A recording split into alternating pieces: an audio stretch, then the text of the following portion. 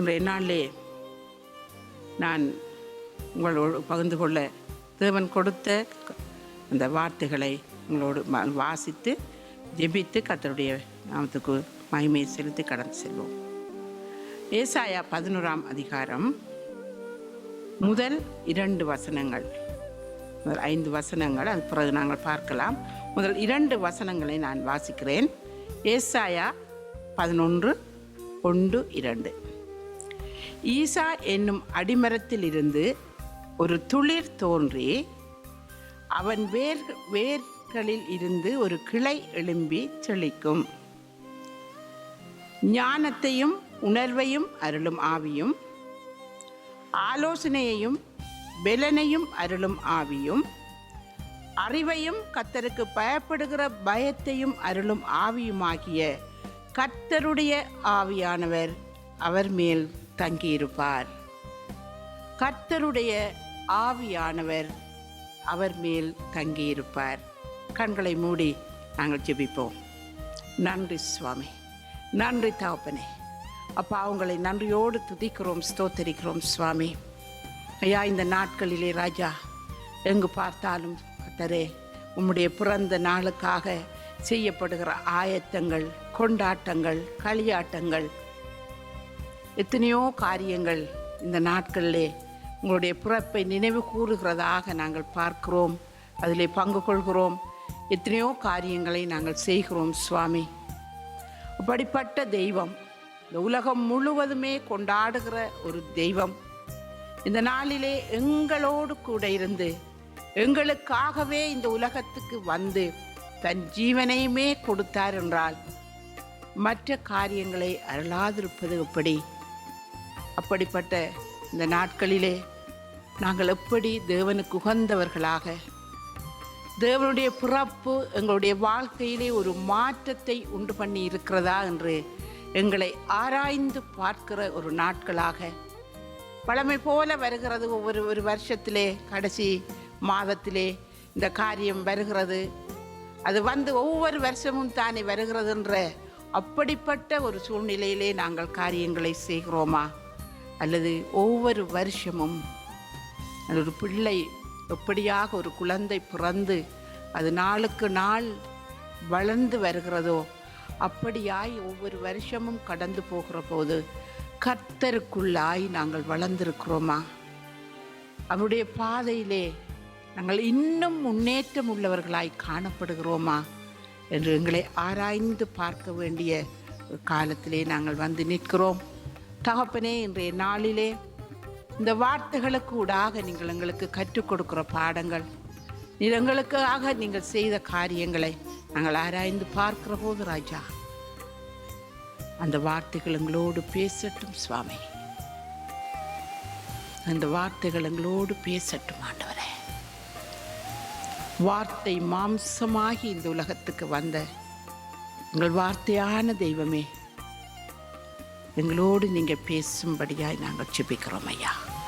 துதிகன மகிமை எல்லாம் இந்த தேவனுக்கு இயேசு கிறிஸ்துவின் நாமத்தில் ஜெபிக்கிறோம் எங்கள் ஜீவனுள்ள நல்ல பிதாவே, ஆமென்.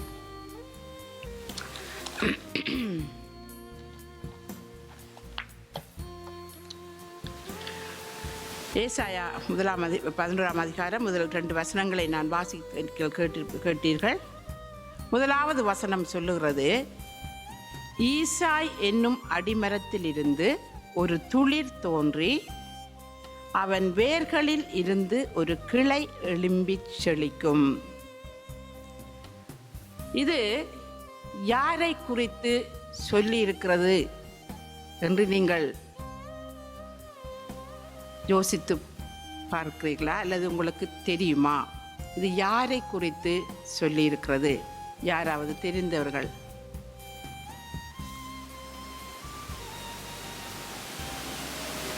இயேசு கிறிஸ்து, ஆமென். ஈசா என்னும் அடிமரம், மத்தேயு சுவிசேஷம் 1ஆம் அதிகாரத்திலே 5ஆம் 6ஆம் வசனங்களை நாங்கள் வாசித்து பார்ப்போமேயானால், ஆண்டவருடைய சந்ததியிலே ஓபேத்துக்கு ஈசாய் பிறந்தார், ஈசாயின் வம்சத்திலே தாவீது வந்தார் என்று இந்த 5ஆம் 6ஆம் வசனங்களிலே நாங்கள் பார்க்கக்கூடியதாக இருக்கிறது. அப்படியாக அந்த ஈசா என்னும் அடிமரத்தில் இருந்து ஒரு துளிர் தோன்றி அவன் வேர்களில் இருந்து ஒரு கிளை எழும்பி செழிக்கும் என்று வேதம் எங்களுக்கு தெளிவாக சொல்லுகிறது. நாங்கள் பழைய ஏற்பாட்டு காலத்திலே இருந்து நாங்கள் பார்க்கிற போது ஒரு இரட்சகர், ஒரு மேசியா உலகத்துக்கு வருவார் என்று தீர்க்கதரிசிகள் மூலமாக வேதாகமத்திலே தேவ ஆவியானவர்னாலே வெளிப்படுத்தப்பட்டு அங்கே எழுதியிருக்கிறதை அநேக காரியங்களை நாங்கள் பார்க்க முடிகிறது. ஆதி ஆகமத்திலிருந்து வெளிப்படுத்தல் வரைக்கும் நாங்கள் பார்க்கிற போது ஆண்டவராகிய இயேசு கிறிஸ்து உலக இரட்சகராக இந்த உலகத்துக்கு வருவார் என்ற காரியங்கள் அங்கே எழுதப்பட்டிருக்கிறதை நாங்கள் பார்க்கிறோம். இதை வாசிக்கிற, இதை பார்க்கிற, இதை அறிந்து கொண்ட அறிஞர்களோ, பழைய ஏற்பாட்டு காலத்து விசுவாசிகளோ அல்லது ஞானிகளோ யாராக இருந்தாலும் அதை மறுப்பதற்கில்லை. அதோடு கூட இன்னும் ஒருவனும் அதை தெளிவாக அறிந்திருந்தான். சத்துருவானவனும் அதை அறிந்திருந்தான். இந்த உலகத்தை இருளான பாதைக்குள்ளே கொண்டு போன ஒரு சத்ரு, ஒரு தூதன், அந்த லூசிபர் உலகத்திலே, அவன் பூமியிலே ஆண்டவரால் சபிக்கப்பட்டு தள்ளப்பட்டதின் நிமித்தமாய் இந்த பூமியை கெடுக்கும்படியாக அவன் பல தந்திரங்களை செய்தான். இந்த மேசியா, இந்த உலக இரட்சகர் வரக்கூடாது என்பதற்காக அநேக காரியங்களை, முதலாவது சகோதரர்களிடையே ஒரு கொலை பாதகத்தை உண்டு பண்ணினான். அந்த சந்ததியிலே ஆண்டவர் வந்துவிடக்கூடாது என்பதற்காக அங்கே அவன் ஒரு கொலை பாதகனாக அவனை மாற்றுகிறதை நாங்கள் பார்க்கிறோம். அது மாத்திரமல்ல, மோசே பிறந்தபோது அவன் இஸ்ரவேல் ஜனங்களை ஒரு இரட்சகராக இருந்து அவனை வழிநடத்தி கொண்டு வருவான் என்ற அந்த சூழ்நிலை அவனுக்கு தெரிந்தது நிமித்தம் 2 வயதுக்குட்பட்ட ஆண் பிள்ளைகள் எல்லாரையும் கொலை செய்யும்படியாக ஒரு கட்டளை பிறப்பிக்க அவன் அங்கே அவர்களை ஏவி விட்டதை நாங்கள் பார்க்கிறோம். நாங்கள் அறிந்த காரியங்கள் எங்களுக்கு தெரியும். மோசே பிறந்தபோது தாயார் அவளை மறைத்து அந்த நைல் நதியிலே அங்கே கொண்டு போய் விட்டபோது அந்த ஏரோதியாள் கொண்டு போய் அங்கே வளர்க்கிறதை நாங்கள் அறிந்திருக்கிறோம். அப்படியாக அந்த சாத்தான் எப்படியாகுதல் இந்த மேசியாவை வர விடக்கூடாது என்பதற்காக பல தந்திரங்கள் நாங்கள் இடையிலே வாசித்து பார்த்து கொண்டு வருவோமே. ஆனால் பல தந்திரங்களை அவன் செய்தான். ரூபன் கோத்திரத்திலே வர வேண்டிய ஆண்டவர் யூதா கோத்திரத்திலே வந்தார். அங்கே ஒரு தீமையை அவன் கொண்டு வந்தான். இப்படியாக பார்க்கிற போது ஆண்டவராகிய இயேசு கிறிஸ்து பிறந்த காலத்திலே, லூக்கா சுவிசேஷம் 2ஆம் அதிகாரத்திலே நாங்கள் பார்க்கிற போது, மத்தேயு சுவிசேஷம் 2ஆம் அதிகாரத்திலே அங்கே ஏரோது யூதருக்கு ராஜாவாக பிறந்திருக்கிறவர் எங்கே என்று ஞானிகள் வந்து கேட்டபோது அவன் மிகவும் கோபமடைந்து அந்த நாட்களிலும் 2 வயதுக்குட்பட்ட ஆண் பிள்ளைகளை கொலை செய்யும்படியாக ஒரு கட்டளையை பிறப்பித்தான். அங்கிருந்தும் ஆண்டவர் எங்களுடைய மேசியாவை ஆவியானவர் காப்பாற்றி அந்த ஏரோதுடைய அந்த தண்டனையில், அந்த தீமையில் இருந்து அவர் காப்பாற்றினார் என்று நாங்கள் பார்க்கிறோம். அப்படியாக இவன் எவ்வளவுதான் தந்திரங்கள் செய்த போதிலும் அந்த ஈசா என்னும் அடிமரத்தில் இருந்து ஒரு துளிர் தோன்றி அவன் வேர்களிலிருந்து ஒரு கிளை எழும்பி செழிக்கும் என்று ஏசாயா தீர்க்கதரிசி அங்கே எழுதி வைத்திருக்கிறதை நாங்கள் பார்க்கிறோம்.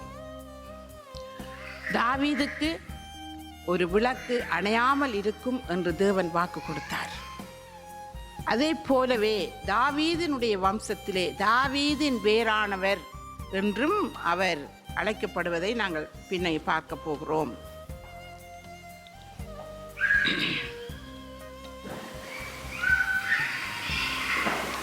கிளை, வேர், நீங்கள் சொன்னது போல ஆண்டவராகிய இயேசு கிறிஸ்து. எரேமியா 23ஆம் அதிகாரம் 5ஆம் 6ஆம் வசனம் எடுத்துக்கொள்ளுங்கள். எரேமியா 23ஆம் அதிகாரம் 5ஆம் 6ஆம் வசனங்கள்.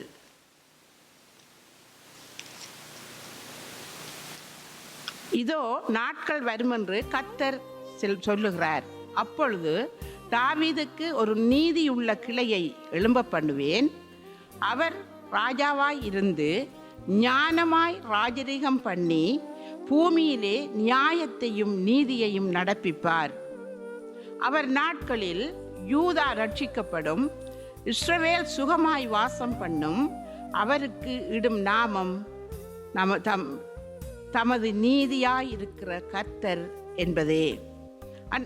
இதோ நாட்கள் வரும், அப்பொழுது தாவீதுக்கு ஒரு நீதியுள்ள கிளையை எழும்ப பண்ணுவேன் ஆண்டவர் சொல்லுகிறார். அந்த நீதியுள்ள கிளை ஆண்டவராகிய இயேசு கிறிஸ்து. அந்த தாவீதின் வம்சத்திலே ஆண்டவராகிய இயேசு கிறிஸ்துவை தேவன் எழும்ப பண்ணினார். அவர் நீதியாய் இருக்கிற கர்த்தர் என்பது அவருடைய நாமமாக இருந்தது. எரேமியா 33ஆம் அதிகாரம் 15ஆம் வசனம் சொல்லுகிறது, அந்நாட்களிலும் அக்காலத்திலும் தாவீதுக்கு நீதியின் கிளையை முளைக்க பண்ணுவேன். அவர் பூமியிலே நியாயத்தையும் நீதியையும் நடப்பிப்பார். அந்நாட்களில் யூதா ரட்சிக்கப்பட்டு எருசலேம் சுகமாய் தங்கும். அவர் எங்கள் நீதியாய் இருக்கிற கர்த்தர் என்பது அவருடைய நாமம். கிளை எண்ணப்பட்ட அவருடைய நாமம் நீதியாய் இருக்கிற கர்த்தர். அவர் நியாயத்தையும் நீதியையும் செய்வதற்காகவே இந்த உலகத்துக்கு வந்தார். எப்படியாக சத்துரு அந்த சந்ததியை அழித்துவிட வேண்டும் என்று அவன் கங்கணம் கட்டினானோ, ஆனால் ஆண்டவருடைய திட்டம் நிறைவேறும்படியாக அவரை இந்த பூமிக்கு அனுப்பியதை நாங்கள் பார்க்கிறோம். சகரியா 3ஆம் அதிகாரம் 8ஆம் வசனம்.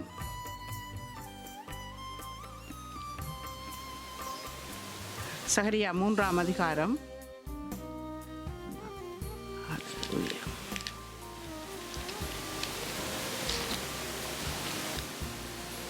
3ஆம் அதிகாரம் 8ஆம் வசனம் நான் வாசிக்கிறேன்.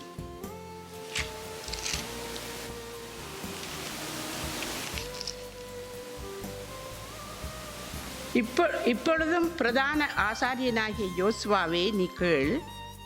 உனக்கு முன்பாக உட்கார்ந்திருக்கிற உன் தோழரும் கேட்க கடவர்கள். இவர்கள் அடையாளமாயிருக்கிற புருஷர். இதோ கிளை ஆகிய என் தாசன். தாசனை நான் வர பண்ணுவேன். இதோ கிளை எண்ணப்பட்ட தாசனை நான் வர பண்ணுவேன். அதே இதைத்தான் 6ஆம் அதிகாரம் சகரியா 6ஆம் அதிகாரம் 12ஆம் வசனத்திலும் சகரியா தீர்க்கதரிசி அங்கே எழுதி வைக்கிறது பார்க்கிறோம். இதோ ஒரு புருஷன், அவர் நாமம் கிளை எண்ணப்படும். அவருடைய நாமம் கிளை எண்ணப்படும். ஆண்டவராகிய இயேசு கிறிஸ்துவுக்கு கிளை எண்ணப்படும் பட்ட ஒரு நாமம் அங்கே தரிக்கப்பட்ட. அவருக்கு 1000 நாமங்கள் என்று நாங்கள் அடிக்கடி பாடுகிறோம். ஆண்டவருக்கு அநேக நாமங்கள் உண்டு. நாங்கள் இவற்றை பார்க்கிற போது யெகோவா நிசி, யெகோவா ஈரே, யெகோவா சம்மா, யெகோவா ரூவா, யெகோவா ராப்பா, அப்படியாக அதிகமாக நாங்கள் அந்த வார்த்தைகளை, அந்த நாமங்களை நாங்கள் உச்சரித்து அந்த நாமங்களை சொல்லி நாங்கள் ஆண்டவரை துதிக்கிறது உண்டு. ஆனால் அவருக்கு வேறு பல நாமங்களும் கொடுக்கப்பட்டிருக்கிறது. நாங்கள் மோசேக்கே ஆண்டவர் சொல்லலாம், இருக்கிறவராய் இருக்கிறேன் என்று அங்கே குறிப்பிடுவதை பார்க்கிறோம். வெளிப்படுத்தலை பார்க்கிறோம். ஆமேன் என்பவர் சொல்கிறதாவது, அவருக்கு ஆமேன் என்ற ஒரு நாமம். இப்படியாக ஒரு கிளை ஈசாயின் அடிமரத்தில் இருந்து அடிமரத்தில் இருந்து ஒரு கிளை எழும்புவதென்றால் அந்த அடிமரத்துக்கு அந்த வேர் அவ்வளவு பலனாக இருக்கிறது என்பதை நாங்கள் உணர்ந்து கொள்ள முடியும். ஒரு பட்ட மரத்திலிருந்து ஒரு கிளை எழும்ப முடியாது. ஆகையினாலே அவரை வேர் என்றும் அழைக்கிறதை நாங்கள் பார்க்கிறோம்.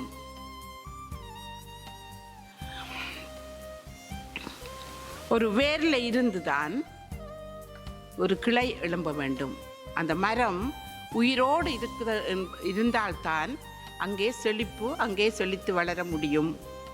அந்த வேர் நன்றாய் ஆழமாய் போய் நிலத்திலே ஆழமாய் ஊன்றப்பட்டு அங்கே இருக்கிற அந்த நீரை பெற்றுக்கொள்ளும் போதுதான் அந்த மரத்தை அது துளுக்க பண்ணுகிறதை நாங்கள் பார்க்கிறோம்.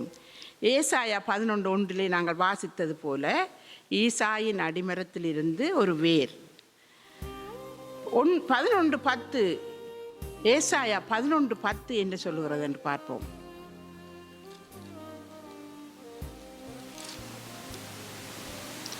அக்காலத்திலே ஜனங்களுக்கு கொடியாக நிற்கும் ஈசாயின் வேருக்காக ஜாதிகள் விசாரித்து கேட்பார்கள். அவருடைய ஸ்தாபர ஸ்தலம் மகிமையாயிருக்கும். அக்காலத்திலே என்று அதிலே நாங்கள் இதை பார்க்கிறோம் என்றால், இஸ்ரவேல் ஜனங்களுடைய அந்த நாட்களிலே, இஸ்ரவேல் ஜனங்களை திரும்பமாக கொண்டு வந்து தேவன் சேர்க்கிற அந்த நாட்களிலே, ஆண்டவராகிய இயேசு கிறிஸ்துவுடைய வாழ்க்கையிலே அவருடைய ஜனத்துக்காக அவர் எவ்வளவு காரியங்களை செய்தார் என்று நாங்கள் அறிந்திருக்கிறோம். ஆண்டவர் அவர்களை நடத்தின விதங்கள், அவர் 80ஆம் சங்கீதத்தை நாங்கள் வாசித்து பார்ப்போமே. ஆனால் ஒரு துளிரை கொண்டு வந்து அங்கே எகிப்தில் இருந்து கொண்டு வந்து ஒரு துளிரை நாட்டினார்கள். அது பரவி படர்ந்து உலகமெங்கும் போனது என்று சொல்லி அந்த 80ஆம் சங்கீதத்திலே நாங்கள் பார்க்கிறோம். அது இஸ்ரவேல் ஜனங்களை குறித்து, எகிப்திலிருந்து ஒரு துளிரை கொண்டு வந்து என்று அந்த இஸ்ரவேல் ஜனங்களை குறித்து ஆண்டவர் அங்கே சொல்லுகிறதை நாங்கள் பார்க்கிறோம். அப்படியாக ஈசாயின் வேர் என்று ஆண்டவராகிய இயேசு கிறிஸ்துவுக்கு ஒரு நாமம் உண்டு. எப்படியாக வேரிலே மரம் நிலைத்திருக்கும் போது அது அதிக கனிகளை கொடுக்குமோ, அதை போல ஆண்டவராகிய இயேசு கிறிஸ்துவிலே அந்த பரிசுத்த வேரிலே நாங்கள் ஒட்டப்பட்டவர்களாய் நாங்கள் இருக்கும் போதுதான், அந்த வேருக்குள்ளே நாங்கள் இருக்கும் போதுதான் நாங்கள் துளிர்விடக்கூடியவர்களாக இருக்கிறோம். ரோமர் 11ஆம் அதிகாரத்திலே நாங்கள் பார்க்கிற போது அந்த கிளைகள் முறிக்கப்பட்டிருக்க நாங்கள் அங்கே ஒட்டப்பட்டிருக்கிறோம். வேர் பரிசுத்தமாக இருந்தால் அங்கே மரமும் பரிசுத்தமாக இருக்கும். அப்போ நாங்கள் ஆண்டவராகிய இயேசு கிறிஸ்துவாகிய அந்த வேரின் மேலே நாங்கள் சார்ந்து நாங்கள் அதற்குள்ளாக நாங்கள் நிலைத்திருக்கும் போதுதான் அங்கே ஒரு துளிர் விடக்கூடிய சாத்தியம் உண்டாகிறது. அது வளர்ந்து கனி பரவி கனி கொடுக்கிறதை நாங்கள் பார்க்கக்கூடியதாக இருக்கிறது. ரோமர் 15:12 மேலும் ஈசாயின் வேரும் புறஜாதியாரை ஆளும்படிக்கு எழும்புகிறவருமாகிய ஒருவர் தோன்றுவார் என்று ஏசாயா சொன்னபடி, அதான் நான் இப்போ வாசித்தேன். ஏசாயா 11:10 படி ஈசாயின் வேராக அவர்கள் புறஜாதியாரையும் ஆளும்படிக்கு எழும்புகிறவருமாகிய ஒருவர் தோன்றுவார் என்று ஏசாயா சொன்னபடி அவர்தான் இந்த இரட்சகர். லூக்கா 2ஆம் அதிகாரம் 30ஆம் வசனத்தை நாங்கள் பார்க்கிற போது ஆண்டவராகிய இயேசு கிறிஸ்து பிறந்து அவரை அந்த 8ஆம் நாளிலே 12ஆம் நாள் அவருடைய கடமைகளை செய்வதற்காக தேவாலயத்துக்கு அங்கே கொண்டு போகிற போது அங்கே சிமியோனும் அன்னாள் என்ற இருவரும் அந்த இரட்சகரை காணும்படியாக அவர்கள் அந்த காத்து கொண்டு அங்கே இரவும் பகலும் ஜெபித்து கொண்டு இருக்கிறார்கள் என்று நாங்கள் அதை பார்க்கிறோம் அந்த பகுதியிலே. அப்போது அந்த 2ஆம் அதிகாரம் 30ஆம் வசனத்திலே சிமியோன் சொல்லுகிறான், புற ஜாதியாருக்கு பிரகாசிக்கிற ஒளியாகவும் உம்முடைய ஜனமாகிய இஸ்ரவேலுக்கு மகிமையாகவும் சகல ஜனங்களுக்கும் முன்பாக ஆயத்தம் பண்ணின கட்சண்யத்தை என் கண்கள் கண்டது என்று அவன் குறிப்பிடுகிறதை பார்க்கிறோம். தன்னுடைய ஜனத்துக்கு மகிமையாகவும் புறஜாதியாருக்கு ஒளியாகவும் உலகம் முழுவதற்கும் ஆயத்தம் பண்ணின ரட்சிப்புக்காகவும் வந்த இந்த இரட்சகரை என் கண்கள் கண்டது என்று அங்கே ஆண்டவராகிய இயேசு கிறிஸ்துவை தன்னுடைய கரங்களிலே ஏந்தி அவன் அங்கே சொல்லுகிறதை, அந்த சிமியோன் சொல்லுகிறதை நாங்கள் பார்க்கிறோம். ஆண்டவராகிய இயேசு கிறிஸ்து இந்த உலகத்துக்கு ஒரு குறிப்பிட்ட ஜனத்துக்காகவோ ஒரு குறிப்பிட்ட மதத்தினருக்காகவோ அவர் உலகத்துக்கு வரவும் இல்லை, தன் ஜீவனை கொடுக்கவும் இல்லை. அவர் பிறந்தபோது ஆட்டுடையர்களுக்கு தேவதூதர்கள் சொன்ன செய்தி, இதோ எல்லா ஜனத்துக்கும் மிகுந்த நற்செய்தி. உலகிலே உள்ள அத்தனை எல்லா ஜனத்துக்கும் ஒரு மிகுந்த நற்செய்தி. இன்று இரட்சகராகிய கிறிஸ்து என்னும் இரட்சகர் தாவீதின் ஊரிலே உங்களுக்காக பிறந்திருக்கிறார். ஒரு இரட்சகர் எங்களுக்காக பிறந்திருக்கிறார். அவர் புறஜாதிகளுக்கு ஒளியாகவும் தம்முடைய ஜனமாகிய இஸ்ரவேலுக்கு மகிமையாகவும். எப்படி என்றால் லூக்கா 2ஆம் அதிகாரத்தில், மத்தேயு 2ஆம் அதிகாரத்திலே இந்த சாஸ்திரிகள் ஏரோதுடைய அரண்மனைக்கு போகிறார்கள். அங்கே போய் அவர்கள் கேட்கிற கேள்வி, மத்தேயு சுவிசேஷத்தை நாங்கள் எடுத்துக்கிறோம் 2ஆம் அதிகாரத்தை, யூதருக்கு ராஜாவாக பிறந்திருக்கிறவர் எங்கே? அவரை பணிந்து கொள்ளும்படியாக நாங்கள் வந்திருக்கிறோம் என்று அந்த சாஸ்திரிகள் அவனிடத்தில் சொன்னபோது, அதற்கு அவர்கள், அவன் பிரதான ஆசாரியர் ஜனத்தின் வேதபாரகர் எல்லாரையும் கூடி வர செய்து 4ஆம் வசனம், கிறிஸ்துவானவர் எங்கே பிறப்பார் என்று அவர்களிடத்தில் விசாரித்தான். அதற்கு அவர்கள், யூதேயாவில் உள்ள பெத்லகேமிலே பிறப்பார். அதேனென்றால் யூதேயா தேசத்திலுள்ள பெத்லகேமே, யூதாவின் பிரபுக்களில் நீ சிறியவர் அல்ல, என் ஜனமாகிய இஸ்ரவேலை ஆளும் பிரபு உன்னிடத்திலிருந்து புறப்படுவார் என்று தீர்க்கதரிசியினால் எழுதப்பட்டிருக்கிறது என்றார்கள். ஆமென். ஆண்டவராகிய இயேசு கிறிஸ்து ஒரு இரட்சகர் யூதேயா தேசத்திலே உள்ள பெத்லகேமிலே பிறப்பார் என்று தீர்க்கதரிசிகளினால் எழுதப்பட்டிருக்கிறது நிறைவேறும்படிக்கு அவர் இங்கேதான் பிறந்திருக்க வேண்டும். அதனால் தான் அந்த நட்சத்திரம் வழிகாட்டினதின் படியாக நாங்கள் இங்கே வந்தோம் என்று அவர்கள் சொல்லுவதை நாங்கள் பார்க்கிறோம். நேற்றைய நாளிலே நான் அந்த கரோல் சேவிஸிலே ஒரு செய்தி கேட்டேன். இந்த ஞானிகள், இந்த வான சாஸ்திரிகள் நட்சத்திரம் வழிகாட்ட அவர்கள் பின்ன வருகிறார்கள். அப்படி நட்சத்திரம் வழி காட்டின போதும் அவர்கள் எங்கே போய் சேர்ந்தார்கள்? ஒரு தவறான இடத்திலே அங்கே அவர்கள் போய் சேருகிறதை நாங்கள் பார்க்கிறோம். பிரியமானவர்களே, நாங்கள் பல வேளைகளிலே நாங்களும் சிலருக்கு வழிகாட்டுகிறோம், நாங்களும் வழிகாட்டப்படுகிறோம் மற்றவர்களால். அந்த வழி சரியானது தானா? அவர்கள் அது போய் அந்த இடத்திலே அவர் நிற்பதற்கு முன்பதாக, ராஜா என்றால் அவர் அரண்மனையிலே தான் பிறப்பார் என்று தாங்களாகவே ஒரு சிந்தனையை மனதிலே வைத்துக்கொண்டு அரண்மனை போய்விட்டார்கள். ஆனால் அந்த நட்சத்திரம் அங்கே நிற்கவில்லை.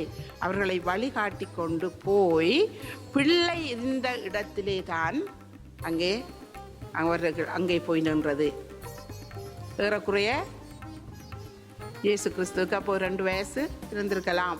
அப்போது அந்த ஞானிகள் அவரை தேடி, அந்த வான சாஸ்திரிகள் அந்த நட்சத்திரத்தை பார்த்து 2 வருடங்களாக அவர்கள் நடந்து அந்த ஆண்டவரை தேடி வந்து கொண்டிருந்தார்கள். ஏனென்றால் அவன் கட்டளை கொடுத்திருந்தான் 2 வயதுக்குட்பட்ட ஆண் பிள்ளைகளை கொலை செய்யும்படி. இந்த சாஸ்திரிமார் வந்து போனதற்கு பிற்பதாக அவன் அந்த கட்டளையை பிறப்பிக்கிறபடியினால் அவர்கள் வரும்போது ஆண்டவராய் இயேசு கிறிஸ்து 2 வயது பிள்ளையை, அவர்களை பிள்ளையை என்றாலே குழந்தை என்றல்ல பிள்ளை என்று சொல்கிறார்கள். அப்படியாக இந்த வாக்குத்தத்தங்கள், அவர் தீர்க்க தரிசனங்கள் நிறைவேறும்படியாக ஆண்டவராகிய இயேசு கிறிஸ்து இந்த உலகத்துக்கு வந்தார் என்பது உண்மையும் எல்லா அங்கீகரிப்புக்கும் பாத்திரமாய் இருக்கிறது. ஏசாயா 9ஆம் அதிகாரம், நான் எங்களுக்கு தெரிந்த ஒரு பகுதி அது. ஆகிலும் அவர் செபுலோன் நாட்டையும் நப்தலி நாட்டையும் இடுக்கமாய் ஈனப்படுத்தின முந்தின காலத்தில் இருந்தது போல அது இருண்டிருப்பதில்லை. ஏனென்றால் அவர் கடற்கரை அருகிலும் யோர்தான் நதியோரத்திலும் உள்ள புறஜாதியாருடைய கலிலே ஆகிய அத்தேசத்தை பிற்காலத்திலே மகிமைப்படுத்துவார். இருளில் நடக்கிற ஜனங்கள் பெரிய வெளிச்சத்தை கண்டார்கள். மரண இருளின் தேசத்தில் குடியிருக்கிறவர்களின் மேல் வெளிச்சம் பிரகாசித்தது. அது ஏசாயா தீர்க்கதரிசி எழுதப்பட்ட தீர்க்க தரிசனம். அவர் அதை நடக்கும் இருக்கும் என்று எழுதுவதில்லை, நடந்தது, அப்படியாக நடந்தது என்று அது நடந்து முடிந்ததாக அவருக்கு காட்டப்பட்ட காரியங்களை அவர் எழுதுவதை பார்க்கிறோம். அந்த 9ஆம் வசனத்திலே நமக்கு ஒரு பாலகன் பிறந்தார், நமக்கு ஒரு குமாரன் கொடுக்கப்பட்டார். அவர் பிறக்கவே இல்லை. எத்தனையோ வருஷங்கள், 900க்கும் கிட்டத்தட்ட வருஷங்களுக்கு பின்பதாக ஆண்டவராக இயேசு கிறிஸ்து பிறந்தார். ஆனாலும் அவர் குறிப்பிடும் போது ஒரு நிச்சயமாக, ஒரு நிச்சயத்தோடு, ஏனென்றால் தேவ ஆவியானவர் அவர்களுக்கு வெளிப்படுத்துகிற காரியம் ஒரு நிச்சயமான காரியமாக இருந்தபடியினால் நமக்கு ஒரு பாலகன் பிறந்தார், நமக்கு ஒரு குமாரன் கொடுக்கப்பட்டார் என்று அவர் அந்த இறந்த காலத்திலே கொடுக்கப்பட்டு விட்டார் என்று சொல்லி அப்படி எழுதுறதை நாங்கள் பார்க்கிறோம். அந்த வசனம் மத்தேயு 4ஆம் அதிகாரம் 12ஆம் வசனத்தில் இருந்து 17ஆம் வசனத்தை நாங்கள் வாசிக்கிற போது அதை அங்கே நிறைவேறுகிறதை நாங்கள் பார்க்கிறோம். மத்தேயு 4ஆம் அதிகாரம் 12ஆம் வசனத்திலிருந்து 17ஆம் வசனம் முடிய நான் வாசிக்கிறேன். யோவான் காவலில் வைக்கப்பட்டான் என்று இயேசு கேள்விப்பட்டு கலிலேயாவுக்கு போய் நாசரேத்தை விட்டு செபுலோன், நப்தலி என்ன நாடுகளின் எல்லைகளில் இருக்கும் கடற்கரைக்கு அருகான கப்பர்நகூமிலே வந்து வாசம் பண்ணினார். கடற்கரை அருகிலும் யோர்தானுக்கு அப்புறத்திலும் உள்ள செபுலோன் நாடும் நப்தலி நாடும் ஆகிய புறஜாதியாருடைய கலிலேயாவிலே இருளில் இருக்கும் ஜனங்கள் பெரிய வெளிச்சத்தை கண்டார்கள். மரண இருளின் திசையில் இருக்கிறவர்களுக்கு வெளிச்சம் உதித்தது என்று ஏசாயா தீர்க்கதரிசியினால் உரைக்கப்பட்டது நிறைவேறும்படி இப்படி நடந்தது. அப்படி ஆண்டவர் வந்து அவர் சொல்லுகிற முதல் பிரசங்கம், மனம் திரும்புங்கள், பரலோக ராஜ்யம் சமீபத்திருக்கிறது. எப்படியாக ஏசாயா தீர்க்கதரிசி அந்த 9ஆம் அதிகாரம் 1ஆம் 2ஆம் வசனத்தில் எழுதுகிறார். அந்த செபுலோன் நப்தலி நாடு அது ஒரு அடிமைப்பட்டு கிடந்த நாடு. அது கரையோர பகுதிகளிலே இருந்தபடியினாலே அங்கே கலிலேயர்கள் கூட இருந்த, மீன் பிடிக்கிறவர்கள், படிக்காதவர்கள், பாமரர்கள், இப்படி இருந்தது நிமித்தமாய் அவர்கள் ஒரு அடிமைகளைப் போல அங்கே நடத்தப்பட்டார்கள். அதைத்தான் ஆண்டவர் சொல்லுகிறார், இனிமேல் அவர்கள் அப்படியாய் ஈனப்படுவதில்லை. ஏனென்றால் அந்த இருளில் இருந்த ஜனங்கள் பெரிய வெளிச்சத்தை கண்டார்கள். ஆம், அவர்கள் மரண பயத்தோடும் பாவ பயத்தோடும் அவர்கள் இருந்த வேளையிலே ஆண்டவராகிய இயேசு கிறிஸ்து அந்த பகுதியிலே சென்று அந்த ஜனங்களுக்கு ஒரு ஒளியை கொடுத்தார். அவர் உலகத்துக்கு ஒளியாக வந்தார். எந்த மனிதனையும் பிரகாசிப்பிக்கிற மெய்யான ஒளியே ஆண்டவராகிய இயேசு கிறிஸ்து. நான் யோவான் 1:9 உலகத்திலே வந்த எந்த மனிதனையும் பிரகாசிப்பிக்கிற ஒளியே அந்த மெய்யான ஒளி என்றார். 12:46 நான் உலகத்துக்கு ஒளியாய் இருக்கிறேன் என்று அவர் சொல்லுகிறதை நாங்கள் பார்க்கிறோம். இப்படியாக அந்த ஈசா என்னும் அடிமரத்திலே இருந்து துளிர்விட்ட அந்த கிளை அது வேர் பரப்பி உலகம் எங்கிலும் தன்னுடைய கிளைகளை பரப்பி இன்றைக்கும் நாங்கள் பார்க்கிற போது உலகம் எங்கிலும் ஆண்டவராகிய இயேசு கிறிஸ்துவின் நாமம் அங்கே விளங்கும்படியாக அந்த காரியத்தை ஏசாயா எழுதி வைத்த காரியம் நிறைவேறி வந்ததை, நிறைவேறி விட்டதை நாங்கள் கண்கூடாக நாங்கள் பார்க்கிறோம். அடுத்தது 2ஆம் வசனம், 11ஆம் அதிகாரம் 2ஆம் வசனம் சொல்லுகிறது, ஞானத்தையும் உணர்வையும் அருளும் ஆவியும், ஆலோசனையும் பெலனையும் அருளும் ஆவியும், அறிவையும் கர்த்தருக்கு பயப்படுகிற பயத்தையும் அருளும் ஆவியுமாகிய கர்த்தருடைய ஆவியானவர் அவர் மேல் தங்கியிருப்பார். ஆவியானவர் நிறைவாக அவர் மேல் தங்கியிருப்பார் என்று அவரை குறித்து எழுதப்பட்டிருக்கிறது, ஏசாயா எழுதப்பட்டிருக்கிறதை நாங்கள் பார்க்கிறோம். அவர் எங்களுக்கு தெரியும், பரிசுத்த ஆவியினாலே அவர் உட்பவித்து பிறந்தார். அவரில் ஆவிக்கு அளவே இல்லை. அவர் முழுவதுமாய் ஆவியினாலே உருவாக்கப்பட்டிருந்தார். அது மாத்திரமல்ல, அவர் யோர்தான் நதியிலே ஞானஸ்நானம் பெற்று கரையேறினவுடனே வானம் திறக்கப்பட்டு பரிசுத்த ஆவியானவர் புறாவைப் போல இறங்கி அவர் மேல் அமர்ந்ததை அங்கே யோவான் ஸ்நானகன் பார்த்து, இவர்தான் மேசியா, இவர்தான் எங்களுக்காய் அடிக்கப்பட போகிற தேவ ஆட்டுக்குட்டி என்று அங்கே அறிக்கை செய்கிறதை நாங்கள் பார்க்கிறோம். அவரிலே ஆவி அளவில்லாமல் இருந்தது. அப்படியாக அவர் ஞானம், பெலன், தைரியம், நியாயம், நீதி இப்படியான எல்லா காரியங்களையும் பெற்று ஆவியினாலே அவர் நிறைவு பெற்றவராக அவர் இருப்பார் என்று அங்கே எழுதப்பட்டிருக்கிறதை நான் பார்க்கிறோம். ஏசாயா 42 அதிகாரம் 1-3 இதோ நான் ஆதரிக்கிற என் தாசன், நான் தெரிந்து கொண்டவரும் என் ஆத்மாவுக்கு பிரியமானவரும் இவரே. என் ஆவியை அவர் மேல் அமர பண்ணினேன். அவர் புறஜாதிகளுக்கு நியாயத்தை வெளிப்படுத்துவார். அவர் கூக்குரலிடவும் மாட்டார். தம்முடைய சத்தத்தை உயர்த்தவும் அதை வீதியிலே கேட்க பண்ணவும் மாட்டார். அவர் நெறிந்த நாணலை முறியாமலும் மங்கி எரிகிற திரியை அணையாமலும் நியாயத்தை உண்மையாக வெளிப்படுத்துவார். இதோ நான் ஆதரிக்கிற என் தாசன், ஆவியை அவர் மேல் அமர பண்ணினேன். ஆவியானவர் எப்போதும் அவரோடே கூட இருந்தார் என்பதை இங்கே ஏசாயா தீர்க்கதரிசி மூலமாய் வெளிப்படுத்தப்படுகிறதை நாங்கள் பார்க்கிறோம். எங்களுடைய வாழ்க்கையிலே நாங்கள் எப்படியாக நாங்கள் நடத்தப்படுகிறோம்? ஆவியானவர்னால நாங்கள் நடத்தப்படுகிறோமா, அல்லது எங்களுடைய மாம்சத்திலே எங்களுடைய சுய சித்தத்திலே நாங்கள் நடக்கிறோமா? ஆவியானவர் எங்களிடத்தில் வரும்போது தான் நாங்கள் பலனடைந்து எருசலேமிலும் யூதேயாவிலும் சமாரியாவிலும் உலகமெங்கிலும் நாங்கள் சாட்சிகளாய் இருப்போம். அப்படியானால் நாங்கள் மற்றவர்களுக்கு சாட்சியாய் இருக்க வேண்டுமே. ஆனால் எங்களுடைய வாழ்க்கை ஆவியானவரால் நடத்தப்படுகிற ஒரு வாழ்க்கையாக இருக்க வேண்டும். ஏசாயா 61 அதிகாரத்தில் அவரே தன்னை குறித்து அங்கே சொல்லுகிறதை நாங்கள் பார்க்க போகிறோம். 61 அதிகாரத்திலே அவர் சொல்லுகிறார், கர்த்தராகிய தேவனுடைய ஆவியானவர் என் மேல் இருக்கிறார். சிறுமைப்பட்டவர்களுக்கு சுவிசேஷத்தை அறிவிக்க கர்த்தர் என்னை அபிஷேகம் பண்ணினார்.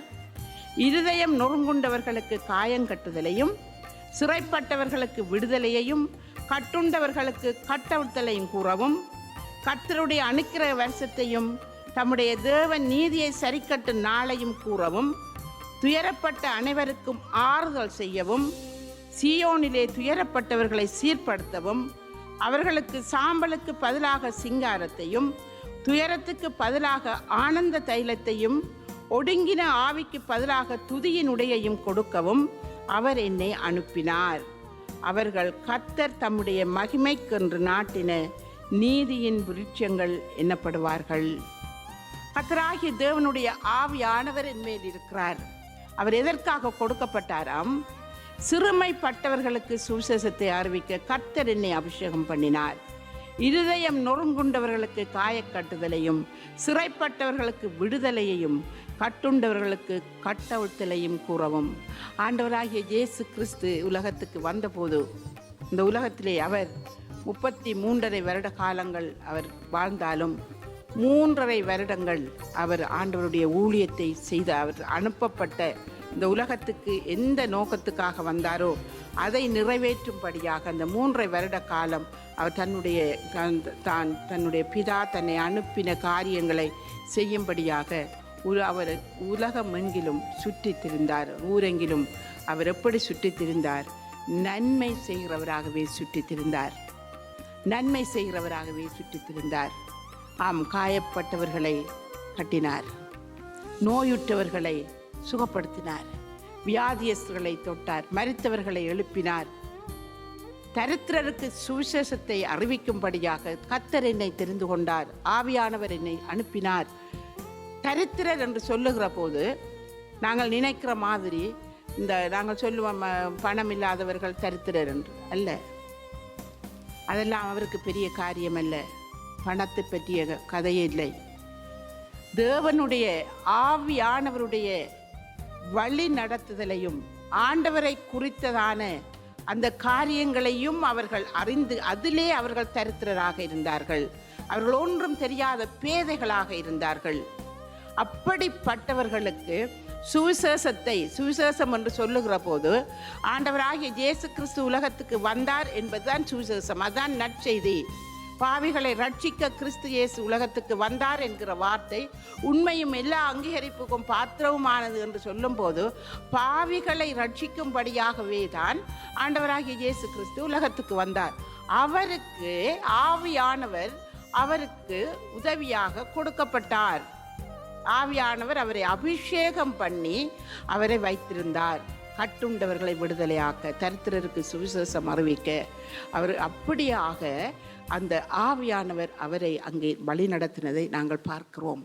ஆண்டவராகிய இயேசு கிறிஸ்து எத்தனையோ வருடங்களுக்கு முன்பதாக உலகத்திலே அவர் தோன்றும் முன்னே யோவான் 1:1-12 வசனங்களை வாசித்து பார்ப்பீர்கள் என்றால், அந்த ஆதியிலே வார்த்தை இருந்தது, அந்த வார்த்தை மாம்சமாகி அப்படியாக அந்த வசனங்களை நாங்கள் வாசிக்கும் போது அவர் அந்த உலக தோற்றத்துக்கு முன்பதாகவே அவர் எங்களுக்காக அடிக்கப்பட்ட தேவ ஆட்டுக்குட்டி. உலக தோற்றத்துக்கு முன்பதாகவே அவர் குறிக்கப்பட்ட எங்களுக்காக அடிக்கப்பட போகிற ஆட்டுக்குட்டி என்று அவர் குறிக்கப்பட்டார். உலகத்திலே ஒரு மனிதன் பிறக்கும் போது அவன் எதற்காக பிறக்கிறான், அவன் எப்படி வாழ வேண்டும், நீ எப்படி இருக்க வேண்டும் என்று நாங்கள் ஒவ்வொரு காரியங்களையும் எங்களுடைய மனதிலே நாங்கள் பதித்து வைத்திருப்போம். படிக்கிற காலங்களிலே பிள்ளைகளிடம் கேட்டால் நான் டாக்டராக வருவேன், நான் என்ஜினியராக வருவேன். ஆனால் ஆண்டவராகிய இயேசு கிறிஸ்து ஒருவர் மாத்திரம்தான் தன் ஜீவனை கொடுக்க இந்த உலகத்துக்கு வந்தேன், ஜீவனை கொடுக்கவும் அது பரிபூரணப்படவும் நான் இந்த உலகத்துக்கு வந்தேன்.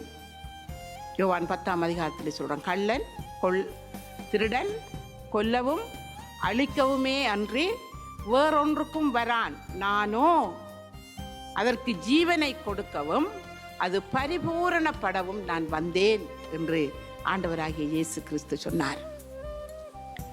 தேவ ஜனமே, இப்படியாக ஆண்டவராகிய இயேசு கிறிஸ்து எப்படியாக ஈசாயின் அடிமரத்திலே இருந்து அந்த வேரிலே இருந்து இன்று வரைக்கும் அது ஒரு செழிப்புள்ளதாக காணப்படுகிறதோ, லூக்கா சுவிசேஷம் 1:78-79 வசனத்தை எடுத்துக்கொள்ளுங்கள். அந்தகாரத்திலும் மரண இருளிலும் உட்கார்ந்திருக்கிறவர்களுக்கு வெளிச்சம் தரவும், தம்முடைய கால்களை சமாதானத்தின் வழியிலே நடத்தவும், அவ்விரக்கத்தினாலே உன்னதத்திலிருந்து தோன்றிய அருணோதயம் நம்மை சந்தித்திருக்கிறது என்றான். யோவான் ஸ்நானன் ஆண்டவரை குறித்து சொல்லுகிற காரியம். அந்தகாரத்திலும் மரண இருளிலும் எபேசியர் 2 வாசித்து பாருங்கள். பாவத்திலும் அக்கிரமத்திலும் மரித்து போய் கிடந்த எங்களை அவர் உயிர்ப்பித்தார். அந்தகாரத்திலும் மரண இருளிலும் உட்கார்ந்திருக்கிறவர்களுக்கு வெளிச்சம் தரவும், நம்முடைய கால்களை சமாதானமான வழியில் நடத்தவும், அவ்விரக்கத்தினாலே உன்னதத்தில் இருந்து தோன்றிய அருணோதயம் நம்மை சந்தித்திருக்கிறது. ஆமென், ஆமென். அந்த அருணோதயம் எங்களை சந்தித்த இந்த நாட்கள் தான் கிறிஸ்மஸ் என்று நாங்கள் கொண்டாடுகிறோம். ஆண்டவராகிய இயேசு கிறிஸ்து மரண இருளிலே இருந்த எங்களுக்காக எங்களை விடுதலை பண்ணும்படியாக சமாதானத்தோடு இந்த உலகத்திலே நாங்கள் வாழ்ந்து அவரோடு கூட ஆளுகை செய்யும்படியாக அந்த அருணோதயம் எங்களை சந்திக்க வந்திருக்கிறது.